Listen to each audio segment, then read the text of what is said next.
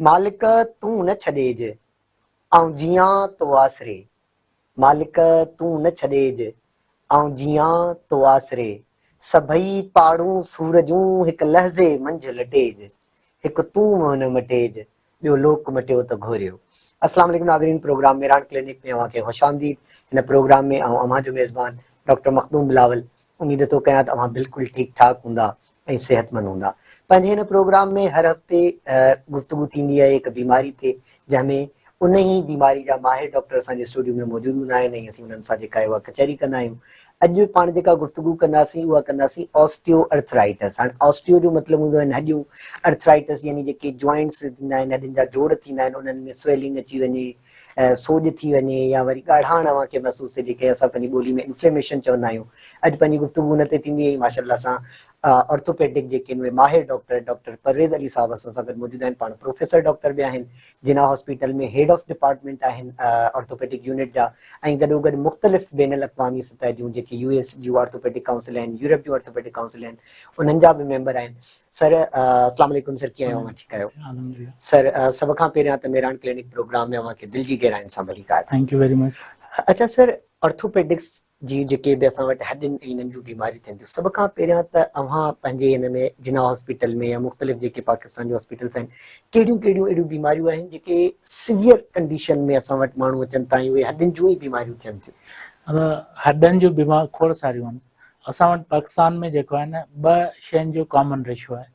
हिकिड़ो त एक्सीडेंट्स जिन जे करे जेके हॾियूं टुटंदियूं आहिनि, ऐं ॿियो जीअं एज ओरिएंटेड ॿ शयूं कॉमन आहिनि उमिरि जे हिसाब सां। उमिरि जे हिसाब सां, जिन में ऑस्टियो आर्थराइटिस आहे, जंहिंमें जोड़ घिसणु शुरू थींदा आहिनि, जोड़नि जो गैप जेको आहे घटि थियणु शुरू थींदो आहे।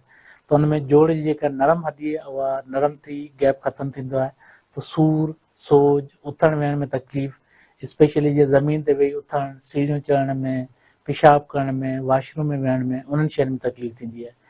ॿी हूंदी आहे जंहिंखे चवंदा आहियूं ऑस्टियोप्रोसिस। ऑस्टियोप्रोसिस इहो हूंदो आहे कि जेका हॾी जी मिख आहे उहा घटिजणु शुरू थींदी आहे। जीअं उमिरि जे हिसाब सां हिकिड़ो अक्सर मां मिसाल ॾींदो आहियां वण जो, त हिकिड़ो वॾो जेको वणु हूंदो आहे अंदरां खां पोरो थियणु शुरू थींदो आहे। अगरि तव्हां 10 साल 12 साल जे वण ॾिसां हुनखे कटींदा त हुनजो थोरो अंदरां बिल्कुलु सॉलिड हूंदो आहे, हिकु जहिड़ो हूंदो आहे। वॾी उमिरि जो जेको वण खे अंदरां तव्हां कटींदा त अंदरां बिल्कुलु पोरो ख़ाली हूंदो आहे। तीअं कुदरत जे तरफ़ां इंसान जे जोड़नि में बि ईअं हूंदो आहे हॾनि में, कि जीअं उमिरि वॾी थींदी आहे उनजे करे जिस्म में जेके हॾनि जा क़ुवत मुदाफ़ित हूंदी आहे, जेके मिनरल्स हूंदा आहिनि उहे घटि थियणु शुरू थींदा आहिनि। स्पेशली जेका 50 साल जी उमिरि खां पोइ, त हुन में उहा हॾी पोरी थींदा आहे। उन पोरी हॾी जे करे मरीज़ अक्सर शिकायत कंदो आहे कि भई मूंखे चेल में सूरु आहे, मूंखे कुल्हे में सूरु आहे, मूंखे टंग में सूरु आहे, मूंखे बांह में सूरु आहे, ऐं यूजुअली सुम्हण वारे टाइम ते, लेटण वारे टाइम ते घणो सूरु थींदो आहे, या वरी थोरो कमकार कंदो आहे त हुन खां पोइ थकावट घणी महसूसु थींदी आहे, या वरी अक्सर तव्हां ॾिठो हूंदो कि जेके ज़ईफ़ शख़्स हूंदा आहिनि, जीअं 60 साल 70 साल वारा, कि उहो थोरो सो वॉशरूम में स्लिप थियो हॾी टुटी पई, बिल्कुलु घर में फर्श ते किरियो हॾी टुटी पई। हालांकि यंग उन्हनि में छो न हूंदो आहे, ओल्ड एज में उनजी वजह इहा हूंदी आहे कि हुन में ऑस्टियोप्रोसिस थींदो आहे, यानी हॾी पोरी थी वेंदी, पोरी थी वेंदी आहे। जेको ऑस्टियो आर्थराइटिस आहे, मेन शइ हूंदी आहे कि भई उनमें हॾी जो जेको गैप हूंदो आहे, ठीकु आहे। अच्छा, इहा हिकिड़ो वेरी टिपिकल मैसेज आहे कि असां वटि अमूमन माण्हू चवंदा आहिनि कि डॉक्टर साहब मुंहिंजी हॾी में गैप अची वियो आहे। भई गैप अचणु सुठी ॻाल्हि आहे, गैप घटि थियणु जेको आहे न उहा सुठी ॻाल्हि न हूंदी आहे। छा जो नेचुरली जॾहिं बि हॾी जी मूवमेंट थींदी आहे हुन में गैप वधीक हूंदो आहे, त हुन में जोड़ जे विच में हिकिड़ो चिकनाहट जो पाणी हूंदो आहे जंहिंखे साइनोवियल फ्लूइड चवंदा आहियूं, ठीकु आहे। उहो फ्लूइड घटि थींदो आहे त जोड़ जो स्पेस जेको आहे उहो घटि थियणु शुरू थींदो आहे। अक्सर मिसाल ॾींदो आहियूं कि भई जीअं गाॾी जे टायर में असां ग्रीस विझंदा आहियूं लुब्रिकेशन ते, उन ते टायर जी फ्रिक्शन हूंदी आहे, मूवमेंट थींदी आहे।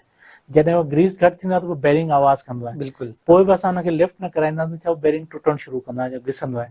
ईअं अलाह ताला इंसान जो जोड़ जे अंदरि हिकिड़ो चिकनाहट जो पाणी रखियो आहे, जेको उन ग्रीस वारो लुब्रिकेशन कमु कंदो आहे।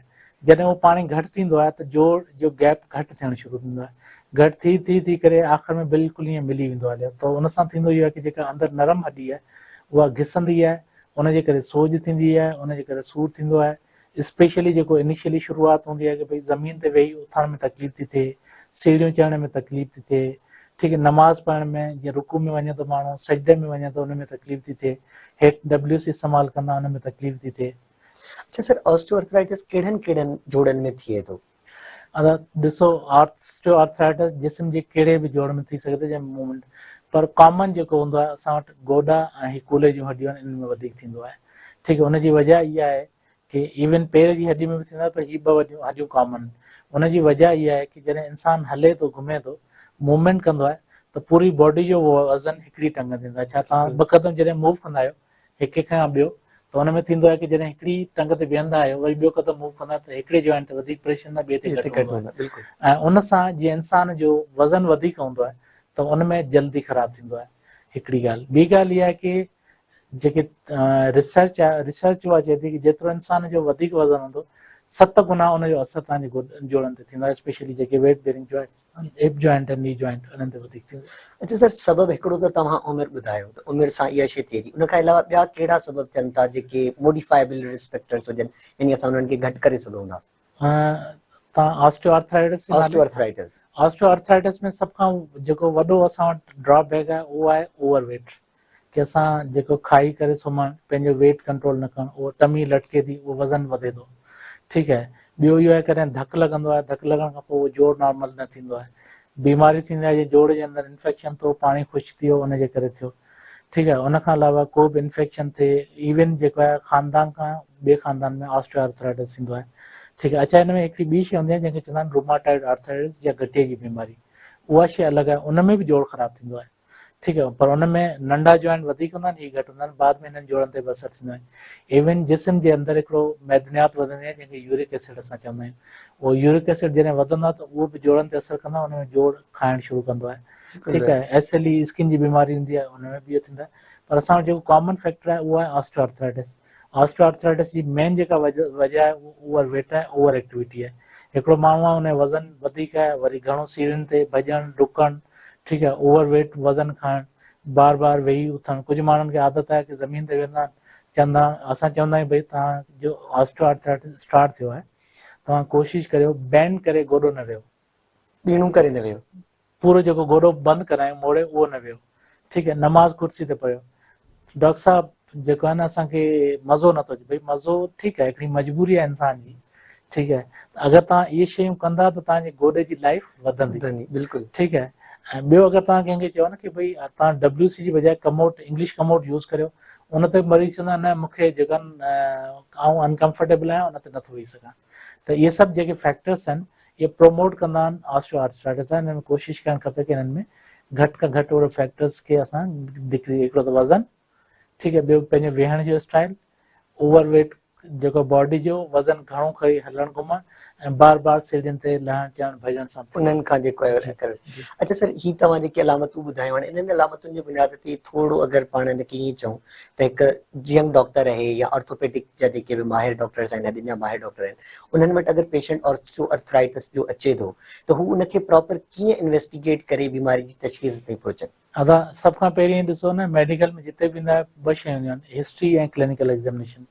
हिस्ट्री जी शयूं मूं तव्हांखे ॿुधाए छॾियूं कि यूजुअली माना पेशेंट स्टार्ट थींदो आहे कि भई मूंखे सीढ़ियुनि चढ़ण में सूरु थिए थो, हेठि ज़मीन ते वियां थो उन में तकलीफ़ थिए थी, या गोॾा जीअं मोड़ियां थो त उन में तकलीफ़ वधे थी, जंहिंखे असां फुल बैंड करणु चवंदा आहियूं, या वरी जेका WC ते वियां थो उन में सूरु थिए थो।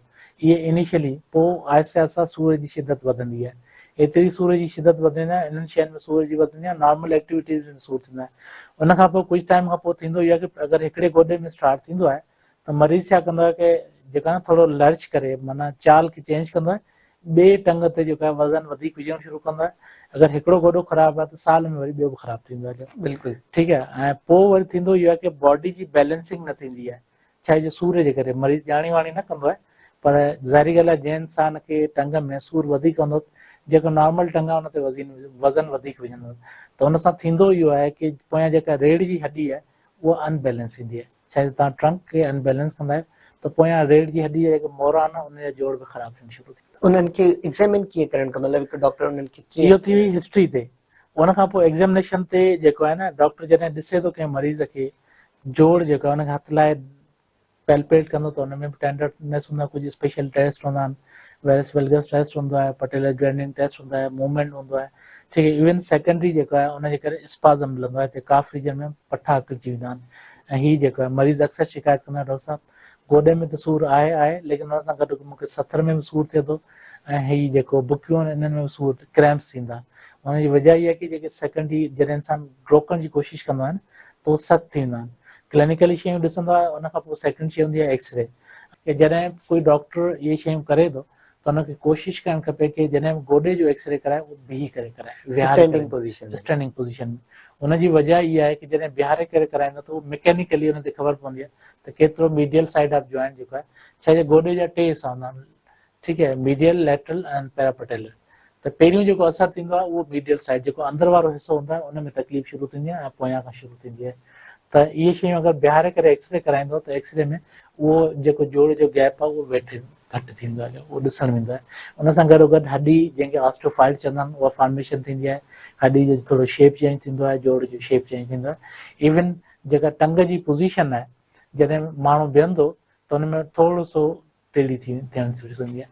उन टाइम ते बि असां लिफ्ट न कराईंदा त जोड़ जी शिदत वधीक ख़राबु थींदी वेंदी आहे, पोइ आख़िरि में करणी वेंदी आहे जोड़ बदिली करणी आहे। बहरहाल सर पंहिंजी में हिन गुफ़्तगू जारी आहे। नाज़रीन सां जुड़ियल रहिजो, इंशाल्लाह मुलाक़ात थिए थी हिकु नंढी ब्रेक खां पोइ।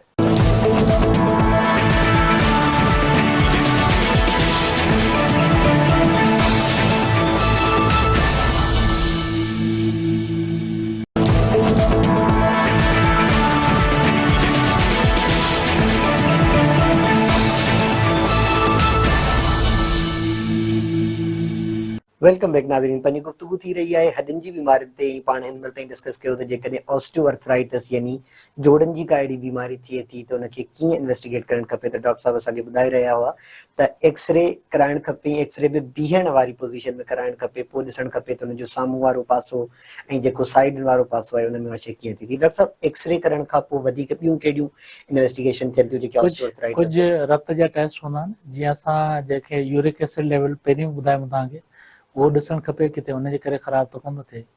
ऐं उन सां गॾोगॾु जीअं रोमाटॉइड आर्थराइटिस जंहिंखे गठे जी बीमारी चवंदा आहिनि, उन जा बि टेस्ट कराइण लाज़मी हूंदा आहिनि। उनजे लाइ कुझु रत जा टेस्ट हूंदा आहिनि, जीअं CBC आहे, ESR आहे, CRP आहे, RF फैक्टर हूंदो आहे इट सेल्फ, उहो कराइणु खपे, NTCCP आहे। इहे सभु शयूं डिफरेंट बीमारियूं, जीअं SLE हूंदो आहे उन में बि ईअं थींदो आहे, ठीकु आहे। स्किन जी बीमारियुनि जे करे बि जेको आहे जोड़नि ते असरु थींदो आहे।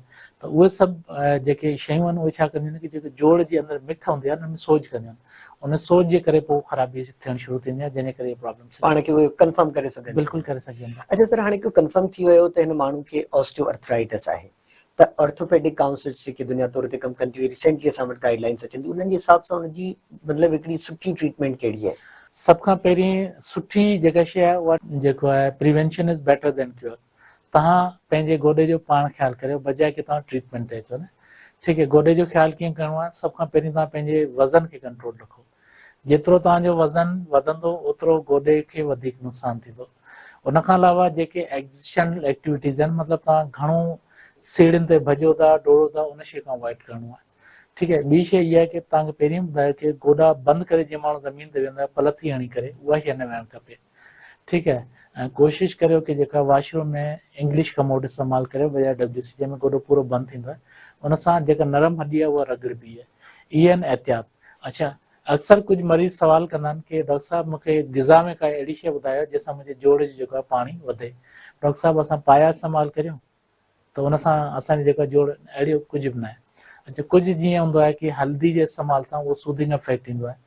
डेयरी प्रोडक्ट जो फ़ाइदो इहो आहे कि तव्हांजी हॾियूं वधीक मज़बूत रहंदियूं, सन एक्सपोजर वठणु खपे, फिश खाइणु खपे, खीर आहे, लस्सी थी वेली, मच्छी थी वेली, इन्हनि शयुनि सां हॾियुनि ते असरु पवंदो आहे कि हॾियूं तव्हांजूं मज़बूत थींदियूं आहिनि। बाक़ी जेको जीअं वॉक आहे, जीअं फ्लैट सरफेस जी मिसाल ॾींदा कि भई हिकिड़ो फर्श आहे, सिधो आहे ज़मीन, उन ते तव्हां वॉक करो, उन में कोई हर्ज कोन्हे। बाक़ी हिकिड़ी ज़मीन आहे हेठि मथे वारी, उन ते वॉक या रनिंग न करियो, उन सां गोॾे ते असरु पवंदो आहे, गोॾो ख़राबु थींदो आहे। ऐं इहे प्रिकॉशन। उन खां पोइ एक्सरसाइज़ हूंदियूं आहिनि जेके जिन में हीअ पठा हूंदा आहिनि जंहिंखे असां क्वाड्रिसेप्स चवंदा आहियूं, हैमस्ट्रिंग। इन्हनि जी स्ट्रेचिंग एक्सरसाइज़ हूंदियूं आहिनि जंहिंसां स्पाज़म जेको जीअं गार्डिंग तव्हांखे ॿुधायो न कि भई कंहिं इंसान खे सोर थींदो आहे त उहो जोड़ खे कोशिशि कंदा आहिनि मूवमेंट घटि करे, बिल्कुलु। त हुन सां इहो थींदो आहे कि जोड़ सख़्तु थींदा हलियो न, ठीकु आहे। त इन्हनि जूं एक्सरसाइज़ सां उहो थींदो आहे कि जोड़ नरम थियणु शुरू थींदो आहे, सूर बहितर थींदो आहे मरीज़ जो। उनजे बावजूदि अगरि नथो अचे त पोइ कुझु मेडिसिन आहिनि, उहे मेडिसिन ॾींदा आहियूं। मेडिसिन में सभ खां पहिरीं जेका कुझु वक़्तु सूर टाइम जे लाइ सूर जी दवा ॾिबी आहे, जंहिंमें एनसिड्स हूंदा आहिनि। उन जा ॿ रीज़न आहिनि। हिकिड़ो त मरीज़ जो सूर घटि थींदो आहे, ॿियो रीज़न हुनजो इहो आहे कि जेका जोड़ जे अंदरि सोज हूंदी आहे, इंफ्लेमेशन हूंदी आहे, हुनखे घटि कंदो आहे। ठीकु आहे, उन सां गॾोगॾु हिकिड़ी ॿी मेडिसिन ईंदी आहे जेका पठनि खे नरम कंदी आहे। ठीकु आहे, अॼुकल्ह रीजेनरेटिव मेडिसिन अचनि थियूं डिफरेंट जेके आहिनि फॉर्मुलेशन में। उहो रीजेनरेशन छा थियूं कनि कि जोड़ जे अंदरि जेको पाणी आहे उन पाणी जी फ्रीक्वेंसी खे वधाइनि थियूं। जीअं लुब्रिकेशन वधंदो त जेका सूर बि बहितर थींदो ऐं थोरो सो जो जेका ख़राबु थियण जी स्पीड आहे उहा घटि थी वेंदी। सही। अच्छा, हिकिड़ी शइ ॿी, कुझु मरीज़नि जा अक्सर सुवाल हूंदा आहिनि कि डॉक्टर साहिबु गोॾो मुंहिंजो ख़राबु थिए, छा दवा सां इहो नॉर्मल थींदो? It is not possible. ठीकु आहे, मेडिसिन ऐं एहतियात असां इन जे लाइ कराईंदा आहियूं। ॾिसो, हिकिड़ो दफ़ो कंहिंखे आर्थराइटिस थींदो आहे, उहो नॉर्मल न थींदो आहे। ठीकु आहे, हा इहो आहे कि दवा सां हुनजी जेका स्पीड आहे बीमारी जी उहा बिल्कुलु घटि थींदी हली, ऐं जेका तकलीफ़ आहे मरीज़ जी उहा बहितर थींदी हली, लेकिन सिर्फ़ु दवा न, हुन सां गॾु एहतियात बि लाज़मी हूंदी। अच्छा सर, असां वटि जेके आहिनि उहे फॉर एग्ज़ाम्पल हाणे कहिड़ी अहिड़ी शइ थी वई जिते गोॾो चेंज करणो ई पवे थो, उन जा कहिड़ा कहिड़ा तरीक़ेकार हूंदा आहिनि? सर्जन कहिड़ी ग़लती कंदा आहिनि जो वरी अक्सर माण्हुनि खे जेको आहे उहो मसाला बि थींदा आहिनि, कॾहिं कॾहिं वराए सर्जरी करणी पवंदी आहे? इन्हनि ते तव्हांजो छा जेको ओपिनियन आहे? बिल्कुलु सही था चओ। असल में ॾिसो, ट्रीटमेंट जा जेको ऑस्टियोआर्थराइटिस आहे न, जा ग्रेड आहिनि, 4 ग्रेड आहिनि। ठीकु आहे, ग्रेड 1 ऐं ग्रेड 2 में त सर्जरी जो कोई रोल ई कोन्हे हुन में सिर्फ़ु मेडिसिन आहे। अगरि मेडिसिन सां को मरीज़ रिस्पॉन्ड नथो करे त पोइ जोड़ जे अंदरि चिकनाहट जी इंजेक्शन ईंदा आहिनि। ठीकु आहे, साल में हिकिड़ो दफ़ो इंजेक्शन लॻंदा आहिनि, उहो साल ताईं हुन इंजेक्शन जो असरु हूंदो आहे, लुब्रिकेशन ईंदी आहे। तव्हां जोड़ में इंजेक्शन हणो त हुन सां सूर में काफ़ी फ़ाइदो थींदो आहे ऐं मरीज़ बि कंफर्टेबल हूंदा आहिनि, जेका आर्थराइटिस जी स्पीड आहे उहा घटि थी वेंदी आहे। अगरि उन सां बि सही नथो थिए पोइ असां मैकेनिकली ॾिसंदा आहियूं कि भई हिन मरीज़ खे तकलीफ़ जेको आहे जोड़ ख़राबु थियण जे करे वधीक आहे या टंग टेढ़ी थियण जे करे वधीक आहे मीडियल साइड ते। अगरि अहिड़ी कंडीशन ईंदी आहे त हुनजी जोड़ जी हॾी खे सिधो कबो आहे, त हुन सां कुझु टाइम जेको आहे निकिरी वेंदो आहे। इवन जेका कैमरे जे ज़रिए जोड़ जी सफ़ाई बि थी सघे थी। डिफरेंट टाइप जो मेडिसिन जीअं स्टेम सेल थेरेपी आहे उहा बि करे सघिजे थी, PRP आहे उहो बि करे सघे थो माण्हू। उन खां अलावा स्टेम, PRP इन्हनि सभिनी जो इन्फेक्शन रेशो वधीक आहे, त जीअं जेके जेल वारा इंजेक्शन हूंदा आहिनि उहे वधीक बहितर हूंदा आहिनि, उन सां मरीज़ खे काफ़ी फ़ाइदो बि मिलंदो आहे गॾु दवा सां, एक्सरसाइज़ सां। अगरि इहे सभु शयूं पेशेंट खे रिस्पॉन्ड नथियूं कनि ऐं स्टेज वधी वियो आहे, लेट्स सपोज स्टेज 3 आहे, त दुनिया में इहो थींदो आहे कि स्टेज 3 में जेको अंदरि वारो गोॾे जो हिसो आहे उहो ख़राबु आहे, त सिर्फ़ु उहो जोड़ जो हिसो बदिली कयो वञे, पूरो गोॾो चेंज न करे। लेकिन पाकिस्तान में न माण्हुनि खे एतिरी अवेयरनेस आहे, न असांजी डॉक्टर कम्यूनिटी खे एतिरी अवेयरनेस आहे कि भई तव्हां अगरि जेको हिसो ख़राबु थियो आहे तव्हां उनखे करियो। ठीकु आहे, बाक़ी जेको इंसान जो जेको नेचुरल गोॾो आहे उन ते कमु थींदो आहे, जंहिंखे पार्शियल नी रिप्लेसमेंट या यूनिकंडाइलेंट नी रिप्लेसमेंट चवंदा आहियूं, उहा करणु खपे। अगरि कंहिं माण्हू जी बिल्कुलु आख़िरी स्टेज आहे आर्थराइटिस जी, सीवियर क़िस्म जो आहे, जंहिंमें गोॾो बिल्कुलु मुड़ुड़ हूंदो आहे, टेढ़ो हूंदो आहे ऐं गोॾे जा टई हिसा जेके आहिनि उहे इन्वॉल्व थींदा आहिनि, त हुन में छा कबो आहे कि ऑपरेशन करे। अच्छा, कॉन्सेप्ट इहो हूंदो आहे कि डॉक्टर साहब इसमें फिर किस चीज़ के जेको आहे न, तव्हां गोॾा असांखे लॻाईंदा, छा जा गोॾा हूंदा? भई गोॾो तव्हांजो असुलु उहो ई हूंदो आहे जेको गोॾो हूंदो आहे, सिर्फ़ु जोड़ जो जेको ख़राबु हिसो हूंदो आहे उहो कढी उनजी जॻह ते मेटल विधो वेंदो आहे, हुन में पॉलीथाइन लाइ। गोॾो तव्हांजो एज़ इट इज़ उहो ई हूंदो आहे। जंहिं शइ ते मूवमेंट हूंदी आहे उन शइ खे बदिली कबो आहे, त जीअं तव्हांजी ज़िंदगी ईज़ी थी गुज़ारे सघो ऐं नॉर्मली तव्हां हली घुमी सघो। ठीकु आहे, उनखां पोइ मेन जेको मरहलो आहे उहो फिज़ियोथेरेपी जो आहे। फिज़ियोथेरेपी ऑपरेशन खां पहिरीं बि करणु खपे, ऑपरेशन खां पोइ बि करणु खपे। उनखां पोइ मरीज़ जी गेट ट्रेनिंग आहे उहा बि इम्पोर्टेंट आहे। ठीकु आहे, अच्छा कुझु मरीज़ हूंदा आहिनि उहे चवंदा आहिनि बसि ऑपरेशन कराए ॿिए ॾींहं ते नॉर्मल थिया, इहो पॉसिबल न आहे। ठीकु आहे, छाजो हर शइ जा हिकिड़ा फेसिस हूंदा आहिनि। अगरि तव्हां प्रिकॉशन वठंदा, ठीकु आहे, फिज़ियोथेरेपी कराईंदा, पंहिंजे पठनि खे डेवलप कंदा ऐं तव्हां पंहिंजी जेका हुनजी हलण जी ट्रेनिंग कंदा, त पोइ उहो गोॾो कामयाबु आहे ऐं फ़ाइदो बि ॾींदो, तव्हां गोॾो पूरो मोड़े बि सघो था, नॉर्मल हली घुमी सघो था। रही इन्फेक्शन जी ॻाल्हि, उहो डॉक्टर खे बि सोचणु खपे कि जेको आहे तव्हांजो एनवायरमेंट जिते ऑपरेशन करो था उहो इन्फेक्शन फ्री हुजणु खपे। मरीज़ जी बॉडी में बि इन्फेक्शन न हुजे कि भई हुनखे इन्फेक्शन थियो आहे, बुखार, तव्हां वञी ऑपरेशन करियो। मरीज़ खे पेशाब जी तकलीफ़, इन्फेक्शन थियो आहे, तव्हां वञी हुन में ऑपरेशन करियो, पोइ त ख़राबु थींदो गोॾो। उन खां पोइ बि प्रिकॉशन आहे कि जीअं हिकिड़ो मरीज़ आहे, गोॾा बदिली कराइनि, हुनजी बॉडी में अंदरि मेटल पियल आहे। ठीकु आहे, पूरी ज़िंदगी हुनखे एहतियात करिणो आहे कि भई हुनखे इन्फेक्शन जेका आहे न थिए त फौरन सां ट्रीट थिए, ईअं न कोई इन्फेक्शन जेको आहे रत जे ज़रिए वञी मेटल जे मथां पए। छा जो जेको गोॾो हणो था त हुन में बेसिकली मेटल हूंदो आहे ऐं पॉलीथाइलिन हूंदो आहे। त थींदो इहो आहे कि जॾहिं ख़ुदा न ख़ासिता हुन में इन्फेक्शन ईंदो आहे ठीक है, दवा त तव्हां ओरली वठो था या नस जे ज़रिए था वठो, छा जेको मेटल हूंदो आहे उनजो खून जो दौरानियो त कोन्हे, उन कोन सां हूंदो, कीअं बिल्कुलु ई पहुचंदी। ऐं ॿियो जेका हाइजीन हूंदी आहे कि तव्हां पंहिंजी जेका जंग आहे उनखे जेका साफ़ सुथिरो रखो, ज़ख़म साफ़ सुथिरो रखो, ऐं हलणु घुमणु तव्हां पंहिंजो एहतियात सां कयो त बिल्कुलु तव्हां ठीकु आहे, कुझु बि कोन्हे, कोई प्रॉब्लम कोन्हे। सही सर। अच्छा सर, हिन में तव्हां ऑस्टियोप्रोसिस ते शुरूआती तौर ते पंहिंजी गुफ़्तगू थी, त उन बीमारी जे हवाले सां तव्हां जेको तव्हां चयो था हॾियूं पूरियूं थी वञनि थियूं, उन जे हवाले सां जेकॾहिं गुफ़्तगू करणु अच्छा, चाहियो। ऑस्टियोप्रोसिस हिनखे ॿिनि हुननि में असां कंदा आहियूं, हिकिड़ो हूंदो आहे जनरलाइज़ ऑस्टियोप्रोसिस, ॿियो हूंदो आहे लोकलाइज़। लोकलाइज़ उहो कि जिस्म जे सिर्फ़ु हिकिड़े हिसे में, जनरलाइज़ जो मतिलबु इहो आहे कि पूरी जेका बॉडी आहे उनजी हॾियूं कमज़ोर हुजनि, ठीकु है। ऑस्टियोप्रोसिस में हॾी जेका आहे उहा बिल्कुलु जेका आहे न थिन नरम थींदी आहे, ऐं जेको आहे हुनजो शैल जेको हॾी जो जेको जीअं वण जो मिसाल ॾिनो मूं, ठीकु है, जीअं वण पोरो थींदो आहे त ॿाहिरां सिर्फ़ु हुनजी लेयर हूंदी आहे, अंदरि ख़ाली हूंदो आहे, तीअं हॾी अंदरां खां सॼी पोरी थियणु शुरू थींदी आहे। लोकलाइज़ ऑस्टियोप्रोसिस बेसिकली थींदो उन कंडीशन में आहे जीअं कंहिंखे धकु लॻो, तव्हां पटी कई, ठीकु है, प्लास्टर लॻायो, 3 महीना हुनजी मूवमेंट न थी, खून जो रौरानियो घटि थियो, हुन वर्जिश घटि कई, त हुन में लोकलाइज़ ऑस्टियोप्रोसिस थींदो आहे। जेको जनरलाइज़ ऑस्टियोप्रोसिस थींदो आहे उनजी कंडीशन इहा आहे कि स्पेशली जीअं ख़वातीन आहिनि उन में 45 साल जी उमिरि खां पोइ हार्मोन जा मसइला ईंदा आहिनि, जीअं माहवारी बंदि थींदी आहे त उन सां हॾी ते असरु थींदो आहे, सही। ठीकु है, हॾी कमज़ोर थींदी आहे, छा जो इहा जेके हार्मोन एस्ट्रोजन प्रोजेस्टेरोन छा कंदा आहिनि, तव्हांजी बॉडी जे मिनरल्स खे हॾी जे अंदरि डिपोज़िट कंदा आहिनि, कैल्शियम खे डिपोज़िट कंदा आहिनि, जीअं हॾी मज़बूत ऐं सख़्तु रहे।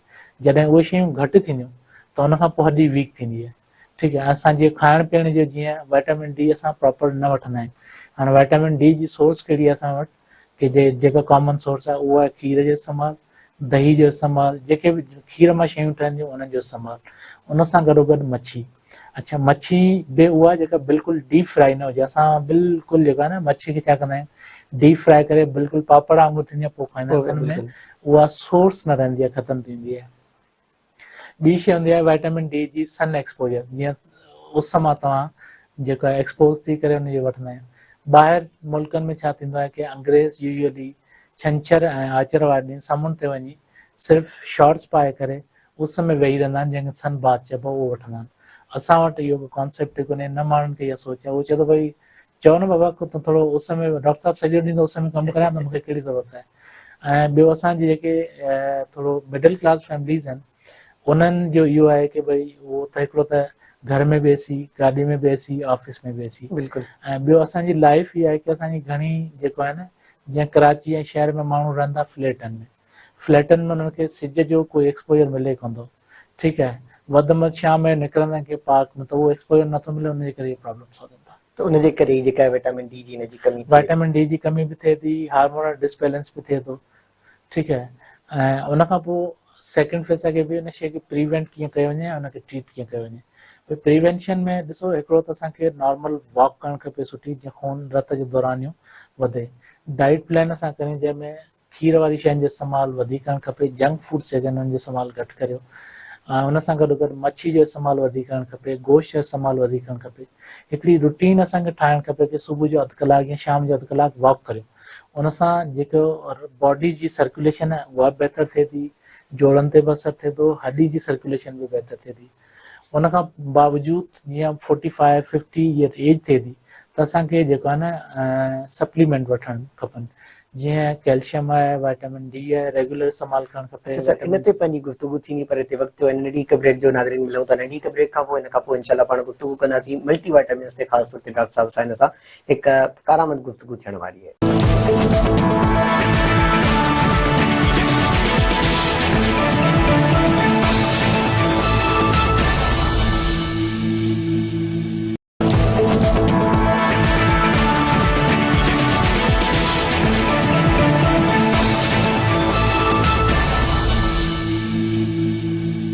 वेलकम बैक नाज़रीन, पंहिंजी गुफ़्तगू थी रही हॾियुनि जी बीमारियुनि ते, ऐं जेका आहे उहा असीं पाण ब्रेक ते वञण खां पहिरियां गुफ़्तगू कई पई मल्टी वाइटामिन्स ऐं सप्लीमेंट्स। अच्छा डॉक्टर साहब, मल्टी वाइटामिन में काफ़ी सारा जेके डॉक्टर्स जा बि डिफरेंट ओपिनियन हूंदा आहिनि, माण्हुनि जूं बि हिकिड़ियूं जेके आहिनि उहे सवालात ऐं ख़दशात हूंदा आहिनि, त कुझु चवंदा आहिनि त जेके इंजेक्शन अचनि पियूं ऐं डॉक्टर प्रिस्क्राइब कंदा आहिनि त इहे तव्हां पीओ, छा उहे पीअणु खपनि न पीअणु खपनि, उन्हनि जा के बुरा असरात हूंदा आहिनि। मल्टी वाइटामिन अगरि वठूं था त कहिड़े फॉर्म में वठणु खपे जेका असांजे लाइ फ़ाइदेमंद थी सघे? अच्छा, हॾियुनि जे लिहाज़ सां मल्टीविटामिन वठण में कोई हर्ज कोन्हे को, कोई नुक़सानु कोन्हे को, पर हॾनि जे लिहाज़ खां असांखे ॿ शयूं जेके आहिनि उन्हनि ते वधीक फोकस करणु खपे। हिकिड़ो कैल्शियम आहे, ॿियो वाइटामिन D3 आहे। अच्छा, वाइटामिन D3 जा डिफरेंट सोर्सिस हूंदा आहिनि। इंजेक्टेबल ईंदो आहे, कैप्सूल ईंदो आहे। सभ खां पहिरीं जेका तव्हांखे वठणु बहितर इहा आहे की तव्हांखे उन्हनि शयुनि जी ज़रूरत छो पए। अगरि तव्हां पंहिंजी डाइट सुठी रखो, डाइट सां मतिलबु खीर जो इस्तेमालु वधीक करियो, उस में घुमो ऐं जेका आहे फिश खाओ डीप फ्राई न, त पोइ त तव्हांखे वठण जी ज़रूरत ई कोन्हे। पर उनजे बावजूदि अगरि तव्हांजो डेफिसिट आहे, तव्हां वठो था, त ओरल जो बेसिकली इहो आहे कि वाइटामिन डी जे जेके इंजेक्शन ईंदा आहिनि उहो मोस्टली ऑयल बेस्ड आहिनि। ऑयल बेस्ड इंजेक्शन जॾहिं कंहिंखे गोश्त में लॻे थो त उन सूर थींदो आहे ॾाढो, कॾहिं कॾहिं हुन में इन्फेक्शन बि थींदो आहे। ठीकु आहे, हालांकि हुन में अब्जॉर्प्शन वधीक थींदी आहे कि पंहिंजे जिस्म में कन्वर्ट वधीक थींदी आहे, जल्दी थींदो आहे ऐं क्वांटिटी बि वधंदी आहे। जेका ओरल तव्हां वठो था कि भई एम्प्यूल तोड़ियो, हुनखे पी छॾियो या कैप्सूल खाई छॾियो, त हुन में हुनजी एब्जॉर्प्शन जेको आहे जिस्म में घटि वेंदो आहे, ज़ाया वधीक थींदो आहे पेट जे ज़रिए। ठीकु आहे, पर हुनजो कोई नुक़सानु कोन्हे, सूर कोन थो ॾिए, तकलीफ़ कोन थो ॾिए। उनजे करे असां एडवाइस कयूं। लेट सपोज़ अगरि तव्हां कंहिंखे इंजेक्शन 3 हणो था, हुनजी जॻह ते तव्हां 8 इस्तेमालु करियो, 7 इस्तेमालु करियो, तॾहिं वञी उहो बैलेंस ईंदो आहे। ऐं हुन सां गॾोगॾु कैल्शियम जेका हुनखे मेंटेन करणु खपे रेगुलर बेसिस ते, एतिरो बि न। अॼुकल्ह त जेको आहे चिलेटिंग एजेंट अचनि था, चिलेटिंग मतिलबु वाइटामिन के जेका हुन सां अचे थो, इवन मैग्नीशियम ॾींदा आहिनि। त वाइटामिन के छा कंदो आहे कि जीअं कैल्शियम जा क्रिस्टल थींदा आहिनि, उहे चवंदा आहिनि कि रगुनि जे अंदरि वञी जमा थींदा आहिनि, उन सां रग ब्लॉक थींदी आहे। त चिलेटिंग एजेंट छा कंदो आहे, रगुनि खे साफ़ कंदो आहे, हुनखे ब्लॉक थियण न ॾींदो आहे।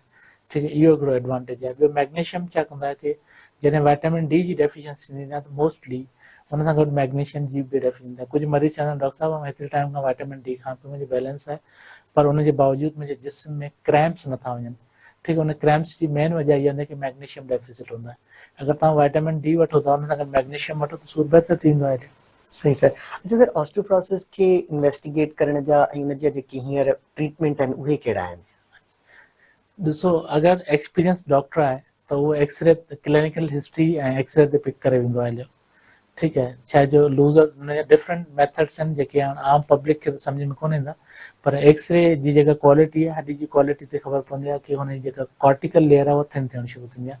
बोन डेंसिटी जॾहिं घटि थींदी आहे त उहो एक्सरे ते नज़र ॾिसणु ईंदो आहे। पर उनजे बावजूदि कि भई तव्हांखे फर्दर ॾिसणो आहे कि छो घटि थियो आहे, केतिरो घटि थियो आहे, त हुनजे लाइ हिकिड़ी टेस्ट ईंदी आहे जेके चवंदा आहिनि डेक्स्ट्रा स्कैन। ठीकु आहे, डेक्स्ट्रा स्कैन में जेका 2 सिस्टम हूंदा आहिनि, हिकिड़ो टी स्कोर, ॿियो ज़ेड स्कोर। उनजे ज़रिए असां कैलकुलेशन कंदा आहियूं पोयां रीढ़ जी हॾी जी ऐं जेके कूल्हे जूं हॾियूं इन्हनि खे। ठीकु आहे, उनमें छा कबो आहे कि 2 हिननि में जेका टी जेका हूंदी आहे कंपेयर कबो आहे पॉपुलेशन 28 साल वारे सां, ज़ेड जेको आहे सेम ग्रुप जो जेको पॉपुलेशन हुन सां कबो आहे जंहिंजो नॉर्मल हॾी सां। उन में हिकिड़ी स्कोरिंग सिस्टम जनरेट थींदी आहे जंहिंमें असां चवंदा आहियूं कि इहा ऑस्टियोपोरोसिस हॾी पोरी आहे। अगरि पोरी आहे त केतिरी लेवल जी पोरी आहे, केतिरो स्कोर आहे, कहिड़े तरीक़े सां हुनखे ट्रीटमेंट ॾियूं, कि कहिड़ी नौयत जी हुनखे ट्रीटमेंट ॾियूं जंहिंसां हुनखे नुक़सानु न पहुचे, हॾी टुटे न, हॾी वीक न थिए, नुक़सानु न ॾिए हॾी। सही सर। अच्छा सर, असांजे आम माण्हुनि लाइ जेके हॾियुनि जूं बीमारियूं थियनि थियूं उन्हनि जे लाइ बचाव लाइ ऐं जनरल अवेयरनेस जे लाइ अवां वटि कहिड़ी जेको आख़िर कहिड़ो मैसेज हूंदो? अगरि ख़ुशि रहो, सुठो खाओ, सुठो घुमो, पर उन सां गॾोगॾु सभ खां पहिरियों मुंहिंजो मैसेज इहो आहे त खीर जो इस्तेमालु वधि खां वधि करियो ऐं उन सां गॾोगॾु पंहिंजो वज़न कंट्रोल करियो। ओवर वेट जेका आहे हिकिड़ी वॾी ख़तरनाक बीमारी आहे जंहिंसां हॾनि ते जोड़नि ते घणो असरु थींदो आहे। ऐं ॿियो इहो आहे कि असां वटि एक्सरसाइज़ जो कॉन्सेप्ट कोन्हे। ठीकु आहे, भई 24 कलाक में मूं वटि पंहिंजे लाइ अधु कलाकु टाइम कोन्हे, छो? ठीकु आहे, असां सभु एक्टिविटीज़ करियूं था, दोस्तनि खे टाइम ॾियूं था, पर पंहिंजे पाण जे लाइ टाइम कोन्हे। तव्हां एक्टिविटीज़ में अधु कलाकु पंहिंजी एक्सरसाइज़ रूटीन में करियो, तव्हां डेयरी प्रोडक्ट जो इस्तेमालु करियो, तव्हां फिश जो इस्तेमालु करियो, नॉर्मल घुमो फिरो। अगरि कंहिंखे जीअं मतिलबु 50+ आहे त उहो सप्लीमेंट वठणु खपनि। अगरि कंहिंखे जिस्म में सूरु आहे त हुनखे ट्रीट कयो वञे। अगरि कंहिंखे ऑस्टियोपोरोसिस आहे, ऑस्टियोपोरोसिस अॼुकल्ह एडवांस ट्रीटमेंट आहे, इंजेक्शन अचनि था, सभु कुझु अचे थी, तव्हां उन सां उन शइ खे इज़ीली कंट्रोल करे सघो था। हिकिड़ो गोरो आहे जेको 70 साल जी टाइम मतिलबु उमिरि में बि साइकिल हलाए थो, पर असां वटि जेका न 55 साल वारे खे 60 साल वारे खे चवंदा ही पोड़ो थी वियो, हाणे कंहिं कम जो कोन्हे। अच्छा सर, इते हिकिड़ो एडिशनल या चओ त बोनस क्वेश्चन इहो आहे त जेके रगुनि में सूरु पवे थो या हॾियुनि में सूरु पवे थो त इन्हनि जो जेको आहे उहा वजूहात कहिड़ियूं आहिनि, ख़ासि तौर ते जेके 40-50 साल खां मथे थियनि था उन्हनि खे बिल्कुलु बचाए सघिजे? सही टाइम ते तव्हां क्वेश्चन कयो। स्पेशली असां वटि कॉमन हूंदो आहे कि इर्क नस जो सूरु, रीढ़ जी हॾी जो सूरु जे करे थिए थो, उनजी वजह इहा हूंदी आहे की पोयां जेका नसियूं हूंदियूं आहिनि रीढ़ छॾियूं उन्हनि ते दबाव ईंदो आहे। उन दबाव जी मुख़्तलिफ़ वजूहात आहिनि। हिकिड़ी त आहे की हॾी जो कमज़ोर थियणु, मोरा वेहणु शुरू थींदा आहिनि। ॿी वजह इहा हूंदी आहे की असां जेका आहे न कोशिशि कंदा आहियूं झुकी करे हैवी वज़न खणणु, त उन सां जेका डिस्क आहे उनजे मथां प्रेशर ईंदो आहे, उहो ॿाहिरि निकिरी ईंदी आहे, जेल जेका आहे। सही पोइ उहा छा कंदी आहे, उहा जेको पोयां नसुनि जो गुच्छो हूंदो आहे उनजे मथां प्रेशर ॾींदी आहे, दबाईंदी ठीकु आहे, दॿाईंदी आहे। उन दबाव जे करे नस बंदि थियणु शुरू थींदी आहे, जंहिंजे करे तकलीफ़ थींदी आहे, वधंदी आहे। सही सर, हूअं त असां वटि माशाल्लाह सां कराची में ऐं अव्हांजी सुपरविजन में इलाही सारो वॾनि ते इन्हनि ते कमु थियो, पर असांजे ॿाहिराड़नि जे इलाइक़नि में इहा शइ घटि आहे। त इनखे इम्प्रूवमेंट जे लाइ अव्हां वटि कहिड़ा आइडियाज़ आहिनि? मां छा चवणु चाहियां था त कहिड़ी शइ गवर्नमेंट खे न वधीक अपनाइणु खपे त जीअं पुठियां खां जेको हिते टर्शरी केयर हॉस्पिटल ते रेशो आहे उहो वधे थो? अच्छा, गवर्नमेंट काफ़ी एफर्ट्स कया आहिनि, पर वधीक करणु ईअं खपे कि भई तव्हां जेका हिकिड़ो त जनरल अवेयरनेस प्रोग्राम हुजणु खपनि, मेडिकल कैंप्स हुजणु खपनि, जीअं असां एडवर्टाइज़िंग कयूं था हर शइ जी, डिफरेंट न्यूज़ ते, ठीकु आहे, जीअं सिंधी चैनल आहिनि असांजी महिरान टीवी आहे, उनखे बि अवेयरनेस प्रोग्राम रेगुलर बेसिस ते हिकिड़ो मैसेज जनरेट करणु खपे। छा जो असांजा सिंधी चैनल्स कॉमनली ॾिठा वेंदा आहिनि ॿाहिराड़ी में, बिल्कुलु, त उन्हनि में अवेयरनेस प्रोग्राम ॾिना वञनि। ऐं उन सां गॾोगॾु जीअं स्क्रीनिंग करणु खपे कि भई हीअ जोड़नि जी बीमारी आहे, अलार्मिंग आहे, इन ते तव्हां जेको आहे एक्सरे स्क्रीनिंग करणु खपनि, उन खां पोइ उनजी ट्रीटमेंट ॾियणु खपे। हिकु नंबर ॿी ॻाल्हि कि भई गवर्नमेंट खे इहो सोचणु खपे कि हिन जे लाइ कोई फंड रेज़िंग प्रोग्राम, जीअं कोई टैक्स आणे छॾे, ठीकु आहे, हेल्थ जे लाइ ऐं इन्हनि शयुनि जे लाइ, कि जीअं असां पेट्रोल सेल करियूं था या डिफरेंट जेके प्रोडक्ट आहिनि उन ते जेको आहे 1% टैक्स आहे, ठीकु आहे, 1% टैक्स छा जे लाइ? सिर्फ़ु हॾियुनि जी बीमारी जे लाइ या हेल्थ जे लाइ। त उन फंडिंग मां डिफरेंट हॉस्पिटल खे बि प्रमोट कयो वञे, इक्विपमेंट ॾिना वञनि, ऐं जेको आहे उन सां गॾु न्यूट्रिशनल सप्लीमेंट माण्हुनि में विरहाया वञनि मुफ़्त में। जीअं असां पोलियो जी वैक्सीन ॾियूं था, डिफरेंट वैक्सीन वञी ॾियूं था, ईअं वाइटामिन डी जी सप्लीमेंट छो नथी ॾिनी वञे? त जीअं माण्हुनि खे उहा शइ अवेयर मिले, उन्हनि कोई मतिलबु उहो कोन्हे कोई सो मच एक्सपेंसिव, उन सां हेल्थ बि मिलंदी, अवेयरनेस प्रोग्राम सां माण्हू पाण बि कॉशन ॾेई शयूं थींदा, ऐं वज़न कंट्रोल ऐं इन्हनि शयुनि जे लाइ प्रोग्राम्स बि कया। पर सर माशाल्लाह सां काफ़ी कारमत गुफ्तगू थी वई। थैंक यू सो मच अव्हांजे टाइम जे लाइ। हिननि जे लाइ नाज़रीन जे करे आउं खे थोरो समराइज़ करे ॿुधायां पंहिंजे प्रोग्राम जे बारे में। त सभ खां पहिरियां पाण हॾियुनि जी पूरे थियणु ऐं जेके बि जॉइंट्स में इंफ्लेमेशन यानी सोज ऐं ॻाढ़ाण थी वञे थी, उन्हनि ते पंहिंजी गुफ्तगू हुई। हुननि में डॉक्टर साहिबु पहिरियां असांखे चयो त पंहिंजे वज़न खे कंट्रोल रखो, एक्सरसाइज़ कंदा रहो, पर बिलफर्ज़ जेकॾहिं को बि अहिड़ो मसइलो थिए थो तव्हांखे उथण वेहण में ऐं जोड़नि जे हिननि में मसइलो थिए थो, त फ़ौरन अव्हांखे कंहिं सुठे डॉक्टर खे, ख़ासि तौर ते हॾियुनि जे माहिर डॉक्टर खे अव्हांखे ॾेखारणु खपे। पोइ माहिर डॉक्टर जेको बि अव्हांखे चए थो त उनखे अव्हांखे मञणु खपे। असां वटि इहा हिकिड़ी ॾाढी बुरी शइ आहे त डॉक्टर, माहिर डॉक्टर अव्हांखे ॿुधाइनि था, उन में वरी तव्हां पंहिंजो ओपिनियन ॾियो था। त असुल ॻाल्हि इहा आहे त डॉक्टर जेका बि शइ तव्हांखे चए थो त उन पंहिंजी हिकिड़ी उमिरि ॾिनी हूंदी आहे, ऐं उहो तव्हांखे जेका बि शइ ॿुधाए थो त उन ते तव्हांखे अमल करणु अव्हांजो ज़रूरी आहे। पहिरियां बि पंहिंजी गुफ्तगू थी आहे, शाह साईं जो बि मैसेज हुयो त जेकॾहिं तव्हांखे को बि तबीब, को बि वेद अगरि चए थो त उन सां वाई पवण जे बजाए, बहस मुबाहिसो करण जे बजाए अव्हांखे उन शइ ते अमल करणु खपे।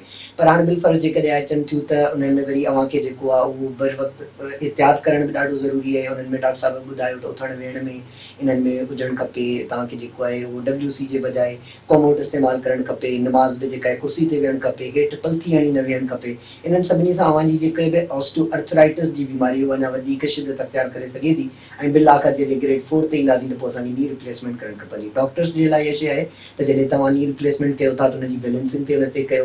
डॉक्टर साहिबु ॾाढी सुठी ॻाल्हि कई त ग्रेड 3 आहे त फ़ौरन अव्हां पूरी टोटल नी रिप्लेसमेंट ते न वञो।